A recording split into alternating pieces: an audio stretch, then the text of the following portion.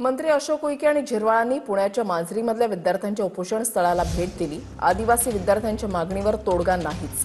आदिवासींच्या 12,500 पदांच्या भरतीसह 14 मागण्यांवर ठोस निर्णय झालेला नाही। मंत्र्यांनी विद्यार्थ्यांकडे 2 दिवसांची मुदत मागितलेली आहे। उपोषण मागे घेण्याची आदिवासी विकास मंत्री अशोक उईके यांच्याकडून विनंती आहे, मात्र विद्यार्थी आंदोलनावर ठाम आहेत। सकारात्मक आहे। आम्ही दोन्ही मंत्री आणि सुनील भुसाराजी आम्ही मिळून त्वरित 2-3 दिवसामध्ये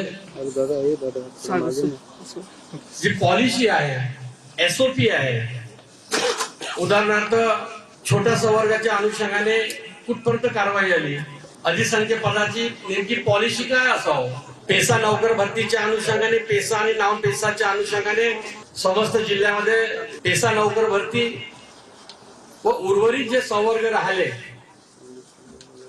6 संवर्गाच्या त्वरित आणि तातडीनं नोकर भरती कशी करता येईल अशा सर्व विषयावर त्या सर्व विद्यार्थ्यांचा पालक म्हणून चर्चा केली असता आमच्या विद्यार्थ्यांनी आम्हाला सकारात्मक समर्थन दिलं।